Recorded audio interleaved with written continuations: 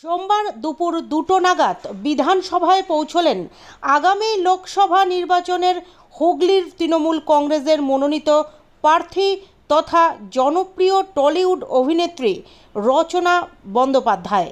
এদিন দলীয় বিধায়ক ও জেলা নেতৃত্বের সঙ্গে বৈঠক এবং নির্বাচনী কৌশল অবলম্বন করতেই এই বৈঠক, এমনটাই জানালেন রচনা। ঘোষণার পরে প্রায় 24 ঘন্টা হতে চলেছে, কি অনুভব? মানে আজকে থেকে মিটিংয়ে বসে গেছেন জেলা নেতৃত্বের সঙ্গে? হ্যাঁ, কাজ তো করতে হবে, তাই জন্যই। আর অসীমাদি ছাড়া তো এগুলো যাবে না, তাই অসীমাদি ছত্রছায়া থাকতে হবে, সেই জন্যই আজকে এসেছি। 24 ঘন্টা কি রিয়াকশন মানুষের? দারুণ রিয়াকশন, আমি অভিভূত। আমি ভাবতে পারিনি মানুষের এত ভালোবাসা, সাপোর্ট পাবো। আমি ভেবেছিলাম অনেকে বলবে যে কেন রাজনীতিতে আসলেন, কিন্তু আমি সত্যিই খুব খুশি হলাম মানুষের রিয়াকশন দেখে। আপনার নিকটতম প্রতিদ্বন্দ্বিনী আপনার কি বক্তব্য? খুব ভালো বন্ধু আমার, ভালো থাকুন। উনি বলছেন যে ভোট হবে মোদির নামেই, সেখানে আমি বা রচনা কোনো ফ্যাক্টর নয়।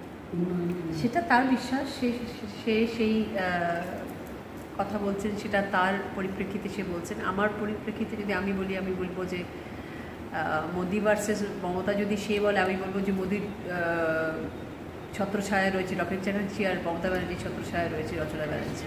তাহলে তো লড়াই লকেট আর রচনার মধ্যেই হচ্ছে, তাই নয়?